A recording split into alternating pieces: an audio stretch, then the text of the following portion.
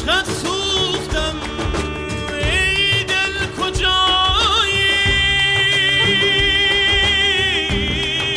عرض سلام، ساسان پاشاییفر هستم با بخش ششم دفتر اول مثنوی معنوی مولانا و شرح و تفسیر ماجراهای این بخش و ادامه. تا اینجای ماجرا، تا بخش پنجم رسیدیم به این نقطه که پادشاه کنیز رو به قصر برد. کنیز بیمار شد، حکیمانی رو آورد، طبیبانی رو آورد برای مداوا و هر کاری که کردن اون طبیبان بالعکس اوضاع رو خرابتر کرد. یک توضیح خیلی مختصر بدم از این که پادشاه فرد دارا، کنیز به ظاهر فرد ضعیف، ولی درگیری احساسی و عشقی که قلابی انداخت بر وجود این پادشاه و پادشاه رو سرگشته و به نوعی وارد یک ماجرای عجیب غریب کرد، یک مسیری که خیلی مهمه این رو ما بدونیم. به قول شاعر او میکشد قلاب را. جناب سعدی بسیار زیبا میگه که او میکشد قلاب را و این قلاب به وجود پادشاه افتاد و در این مسیر راهی شد. خب، پادشاهی که عاشق کنیز شده بود، کنیزی که بیمار شده بود و پادشاهی که دست به دامن خداوند شد. خداوند از اونجایی که شأن نزولش به این صورتی که فردی رو میفرسته، اشاره‌ای میشه کرد به این که همونطور که در بحث حضرت محمد و جبرئیل کارگزاری به نام جبرئیل اومد و ماجرا رو شرح داد. تا اینجا کات بریم سر داستان خودمون. مثالی زدم، پادشاه دست به دامن خداوند شد و خداوند پیری رو فرستاد. این داستان رو مفصلتر در ادامه داریم شرح میدیم. این پیر اومد سراغ کنیز و شناسایی کرد ماجرای درد این کنیز رو به این صورت که قصه رنجور و رنجوری بخواند. بعد از آن در پیش رنجورش نشاند. من یک دور میخونم تا یک جای ماجرا میریم جلو، بعد برمیگردیم برای تفسیرش. قصه رنجور و رنجوری بخواند.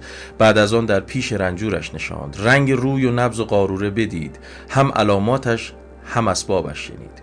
گفت هر دارو که ایشان کرده اند طبیبان، آن امارت نیست ویران کرده اند. بیخبر بودند از حال درون، استعیذ الله مما یفترون. دید رنج و کشف شد بر وی نهفت، لیک پنهان کرد و با سلطان نگفت. رنجش از صفرا و سودا نبود، بوی هر هیزم پدید آید ز دود. دیدش از زاریش کو زار دل است، تن خوش است اما گرفتار دل است. یا تن خوش است او گرفتار دل است. عاشقی پیداست از زاری دل، نیست بیماری چو بیماری دل. علت عاشق ز علتها جداست، عشق استرلاب اسرار خداست. این دو بیت خیلی مهمه که به نظر من ترجیح بند این ماجراست و برمیگردم توضیحش میدم.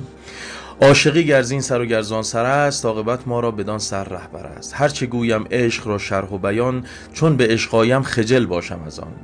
گرچه تفسیر زبان روشنگر است، لیک عشق بی زبان روشنتر است. چون قلم اندر نوشتن می شتافت، چون به عشق آمد قلم بر خود شکافت.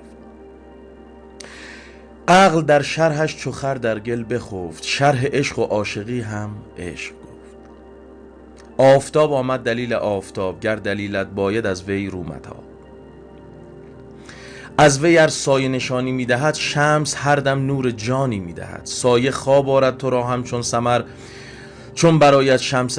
حالا برمیگردیم به عقب، یک توضیحاتی من بدم و از اینجا ماجرای شمس که چند سطحی از شمس رو توضیح میده جناب مولانا. برگردیم از اول. قصه رنجور و رنجوری بخواند. بعد از آن در پیش رنجورش نشاند. پیر نشست پیش این کنیزک و کنیزک شروع کرد توضیح دادن. قبل از این قصه رنجور و رنجوری بخواند، پادشاه داره به پیر توضیح میده که ماجرا چی بوده و پیر رفته پیش این کنیز و ادامه ماجرا. رنگ روی و نبض و قاروره بدید، رنگ و روی دختر رو دید و هم علاماتش هم اسبابش شنید. هم شنید حرفاش رو، دلایلش رو، مسائل مختلف و هم علاماتش رو بررسی کرد. گفت هر دارو که ایشان کردند، اون طبیبان هر کاری که کردند، هر دارویی که دادن، آن عمارت نیست، ویران کردند. قصری نساختند، کاخی نساختند، خونه‌ای رو آباد نکردند، ویران کردند. گفت هر دارو که ایشان کردند آن عمارت نیست، ویران کردند. بیخبر بودند از حال درون. میگه حکیم، طبیب، اینجا خیلی مهمه که این حکیم و طبیب نماد عقله. دوستانی که دست به دامن دکتریم، روز و شب، قرص و دارو و آمپول و مسکن و هر عمارت که ایشان کرده اند، دکتران عزیز و طبیبانی که با داروی شیمیایی و مسائل مختلف، آن عمارت نیست، ویران کردند. کاری که ما خودمون سر خودمون میاریم. به نوعی میتونم بگم که اکثریت انسان‌ها در تصور این هستن که مشکلشون جسمانیه. ما همه مشکل ذهنی و روانی داریم. مشکل یعنی چی؟ ببینید انسان از درونش، طبق نفسش، طبق ساختارش، دائما درگیر یک تشنگیه.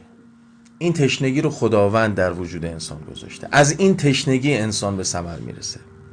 از این تشنگی که خداوند در وجودش گذاشته، اون بذر وجود نفخت فیه من روحی، اون بحث نی که از اول گفتیم، نفخت فیه من روحی، اون دمیدن خداوند، اون بذری که انسان در وجودش کاشته شده و بذر خدایگونه بودن هست و این وجود حاصل خیز خاک انسان.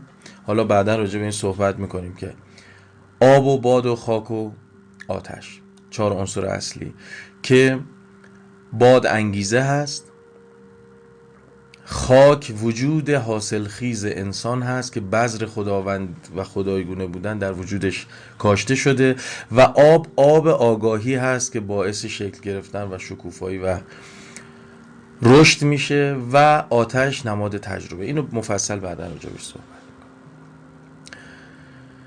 این خاک حاصل خیز وجود انسان و ماجرای بذر، تشنگی در کنارش هست که آب طلب میکنه. آب در عرفان عرض کرده بودم نماد آگاهی است. هر که جز ماهیز آبش سیر شد، آنکه بی روزی است روزش دیر شد. انسان دائما تشنه آگاه شدنه. اگر در ادیان توصیه شده به صلات، به نماز، در مکاتب مختلف به دعا و مراقبه انسان رو تشویق کردن، علتش این هست که انسان در قاعده شهود، در قاعده سلوک، در طریقت تشنه آگاهی است. یعنی دم به دم انسان باید در سکوتش، در سکونش، در سکوتش، در شاهد بودنش برسه به نقطه‌ای که این آگاهی درش جاری بشه و اون لحظه است که این تشنگی برطرف میشه و انسان حال خوشی رو پیدا میکنه. ولی متاسفانه عدم آگاهی از این ساختار باعث میشه انسان دم به دم به دنبال راه چاره دکتر و قرص و آمپول و مسائل مختلف. بیخبر بودند طبیبان از حال درون، فقط حال ظاهری رو میدیدند، جسم رو، بیماری های جسمی رو، کمبود نمیدونم کلسیوم رو بوده و شما میشنوید. ببخشید راجع به این زیاد توضیح میدم، یه وقتایی واقعا خنده‌دار میشه این موضوع که من در پیج های اینستاگرامی یا بر صورت تبلیغات مختلف این برمیخورم که وای دیگه راه سرطان و نمیدونم درمان سرطان پیدا شده، گوجه مثلا بخورید. فرداش میگن علت سرطان معلوم شد، نمیدونم کمبود چیه فلان. پس فردا دوباره، هر روز یک داستانی، یک تبلیغی، یک ماجرایی.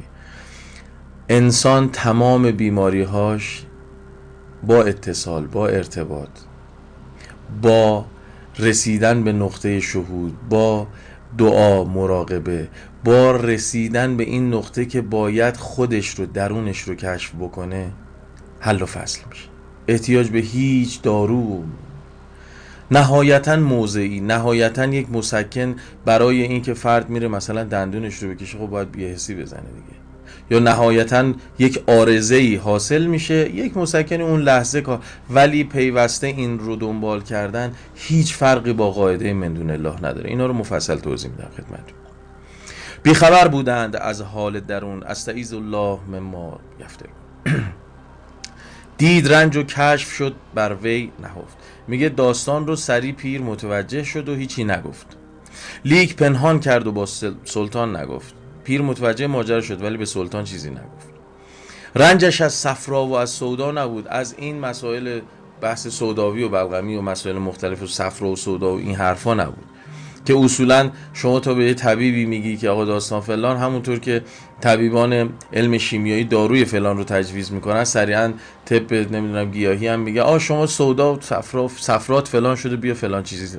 داستان زیاد داریم اینجوری دور و بر. رنجش از صفرا و سودا نبود، بوی هر هیزم پدید آید ز دود. پیر سری مطلب رو گرفت، از دود این هیزم مطلب رو گرفت. دید از زاریش کو زار دل است. این زاری که دختر میکرد، پیر مطلب رو گرفت که این دلش گرفتاره، این زار دله. تن خوش است و او گرفتار دل است. تنش سالمه، مشکل جای دیگه است. عاشقی پیداست از زاری دل، نیست بیماری چو بیماری دل. بیت زیبایی داره میگه که دردم از یار است و درمان نیز هم. عاشقی پیداست از زاری دل، نیست بیماری چو بیماری دل. بیماری دل یعنی مسیر عشق. او میکشد قلاب را. قلاب عشق وقتی که گرفتار کرد انسان رو، مبتلا شد، شروع ماجراست ولی ماجرای درست. ما همچنان درگیر عقلیم، فکر میکنیم خیلی هم داریم درست پیش میریم. عرض کردم در جلسات پیش. دید از زاریش کو زار دل است، تن خوش است و او گرفتار دل است. عاشقی پیداست از زاری دل، نیست بیماری چو بیماری دل. میگه بیماری بدتر از بیماری دل نیست. علت عاشق ز علتها جداست. خب دو منظور داره، مهم توضیح بدم خدمت. یک به معنی این که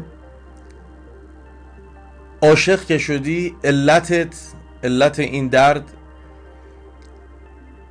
اون مسیریه که خداوند سر راه انسان برای رشد میذاره. این ابتلا، این مبتلا شدن ماجرایی است که کسی درکش نمیکنه مگر اینکه عاشق باشه. در ابیات بعد توضیح میده.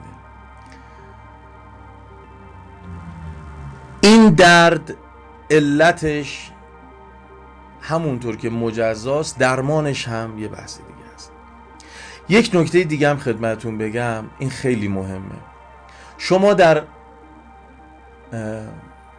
زندگی روزمره افراد میبینید که عرض کردم در جلسات قبل و توضیح هم در ابیات بعد خواهم داد، این که یک فرد عاشق میشه، یک جوونی عاشق میشه. اصولا عاشق شدن این فرد هم از اونجایی که عشق قاعدش اینه که غیر منطقی باشه، مورد تمسخر قرار میگیره، طرد میشه فرد. و سند این عرض بنده هم، چون من خیلی بارها نقد شدم سر این که عرض کردم در جلساتی شاید جناب مولانا هم شروع این ماجرا برای ایشون هم از یک جرقه عشق زمینی باشه، سوای بحث شمس. ببینید اشاره‌ای در هیچ تفسیری من نشنیدم از این ماجرا. همه میگن رسیدیم و شمس مولانا رو دید و اون دفتر و دستک و کتاب رو گرفت و انداخت تو آب و گفت بایزید بسطامی رو تو بیشتر قبول داری. این داستان رو زیاد شنیدیم. توجه کنید به سند و اسنادی که در خود این ابیات هست. بشنوید ای دوستان، این داستان خود حقیقت نقد حال ماستان، حال من و شما و مولانایی که میتونسته با یک متاسفانه دوستان خیلی همونطور که ما در مکاتب و در روند متاسفانه بتسازی انسان همیشه غرق هستیم و هستند همیشه افراد. ببینید تمام بزرگانی مثل جناب مولانا، مثل جناب پیغمبر، اشاره بر این داشتند که انسان تو خودت رو پیدا کن، گوهر وجودت رو پیدا کن و برس به این نقطه که تو یک موجودی هستی با قابلیت الهام. خداوند مستقیم، فاستقیم و الیه، مستقیم تو میتونی دسترسی داشته باشی و دعا و خواستت رو مستقیما میتونی مثل مولانا، مثل جناب حافظ، مثل جناب، ولی ما متاسفانه میایم از جناب مولانا یک فرد خاص فلان میسازیم، از فلانی یک فرد خاص میسازیم، به یک نقطه‌ای میرسونیمش که اصلا انگار قابل دسترسی نیست. حالا هی اون ور خود این افراد در ابیاتشون دارن اشاره بشنوید ای دوستان، این داستان خود حقیقت نقدم حال ماستان.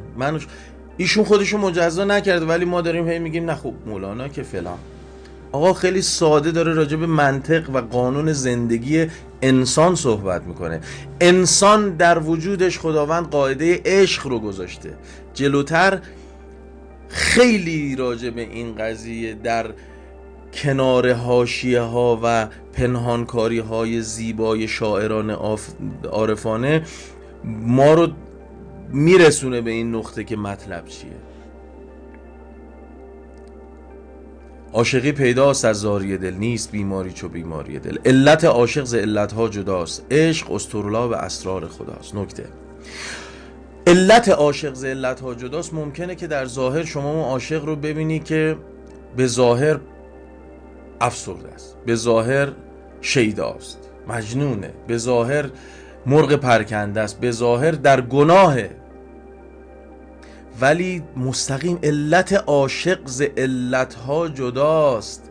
اگر عاشق یک کاری رو میکنه چون این علتش عشقه از سمت خداوند حمایت میشه، معنی گناه و ثواب ماجراش متفاوت میشه.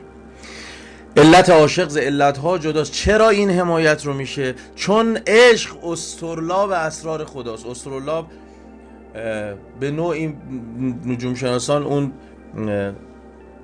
دم و دستگاهی که برای ستاره شناسی دارن، یا رمال ها اون رملی که دارن اسطرلابشونه، یا این تاسی که میندازن برای بهش میگن اسطرلاب، یعنی وسیله یا کلید یا وسیله‌ای برای پیدا کردن اسرار. علت عاشق ز علتها جداست، عشق اسطرلاب اسرار خداست. عشق اون وسیله شناخت اسرار خداست، نه عقل. خلقت خداوند بر مبنای عقل نبوده است، بر مبنای عشق بوده است. خداوند عشق. خداوند تجلی این هستی مادی رو مبنای عشق گذاشت.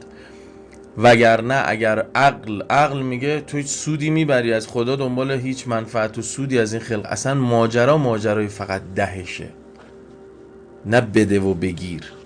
ما در شکر خداوند هم فکر میکنیم خدا نیاز داره به تشکر ما. نه، ما نیاز داریم به این شکر، چون اگر من و شما شکر نمی کنیم چون قدر نعمت رو نمیدونیم. اگر من و شما قدر نعمت رو ندونیم مطلب رو نگرفتیم. اصلا خود نعمت چی است؟ اصلا شکر چی؟ شکر یعنی استفاده از نعمت‌هایی که سر راه قرار دادیم.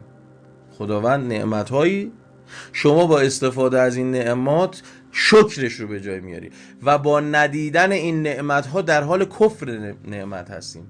شکر نعمتت افزون کند، کفر نعمت از کفت بیرون کند. علت عاشق ز علتها جداست، عشق اسطرلاب اسرار خداست.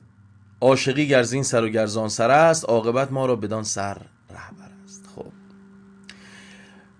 به نظرم میرسه که اینجا لازم من یک سرکی در منطق الطیر عطار نیشابوری و داستان بسیار پرمغز و زیبای شیخ سلمان